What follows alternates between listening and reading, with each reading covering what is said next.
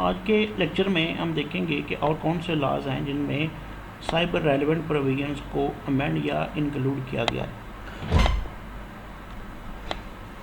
तो defamation law 2002 में भी प्रोविजंस को इंक्लूड और अमेंड किया गया है, और इसके डेफिनेशन पार्ट में देखें तो बड़ी क्लियरली ये डिस्क्राइब किया गया है कि कौन सा कंटेंट और किस मीडिया से कंटेंट अगर वायरल होगा, और ऐसा कंटेंट जो किसी की डेफामेशन की काज बने और वो इन मीडिया को यूज़ करके बना, तो वो ऑनलाइन डेफामेशन, साइबर डेफामेशन में आएगा।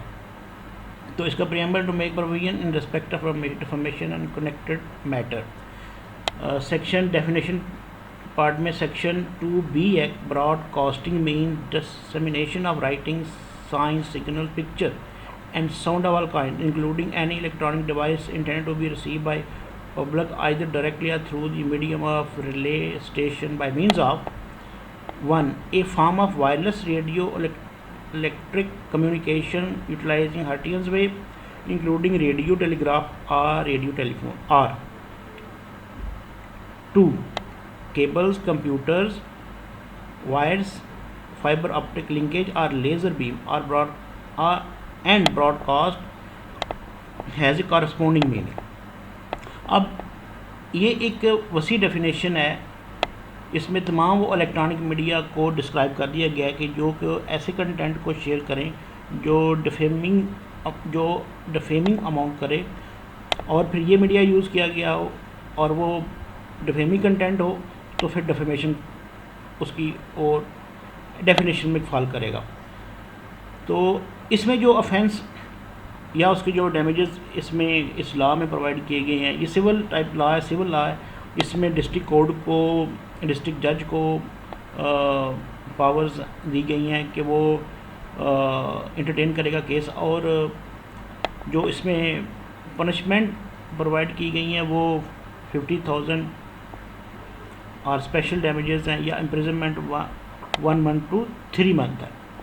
एक्चुअली ये अब डिस्क्रिप्शन तो विक्टिम की है, कंप्लेनेंट की है, या तो वो डिफेमेशन लॉ 2002 में अपने ग्रीवियंस को, अपनी कंप्लेंट को रिड्रेस कराए, या फिर एक्चुअली जो लोग जिसको प्रेफर करते हैं वो पीका prevention of electronic crime act 2016 में जो सेक्शन 20 है उसको अवेल करते हैं और ये प्रेफर करते हैं।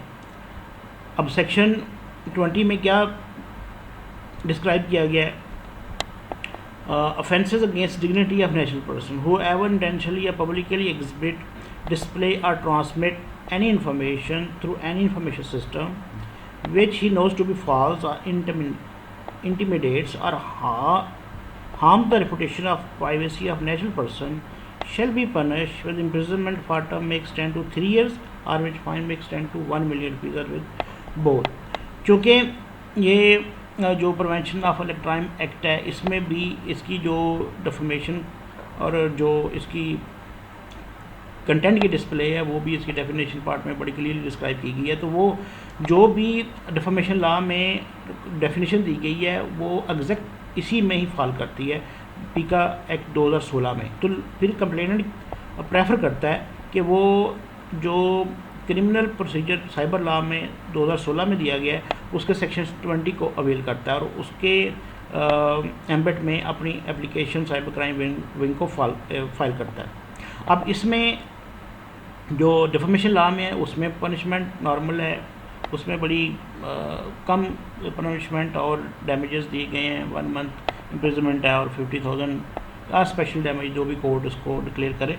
लेकिन अगर आप इसमें सेक्शन 20 में जाएं पीका में, तो वहाँ बड़ी एग्जाम्पलरी और सिवियर किस्म की पनिशमेंट दी गई हैं। वो जो है वो 3 years उसकी पनिशमेंट है, इम्प्रिजनमेंट है, और 1 million रुपीज़ तक उसका डैमेजेस जो फ़ाइन है वो कोर्ट ग्रांट कर सकती है।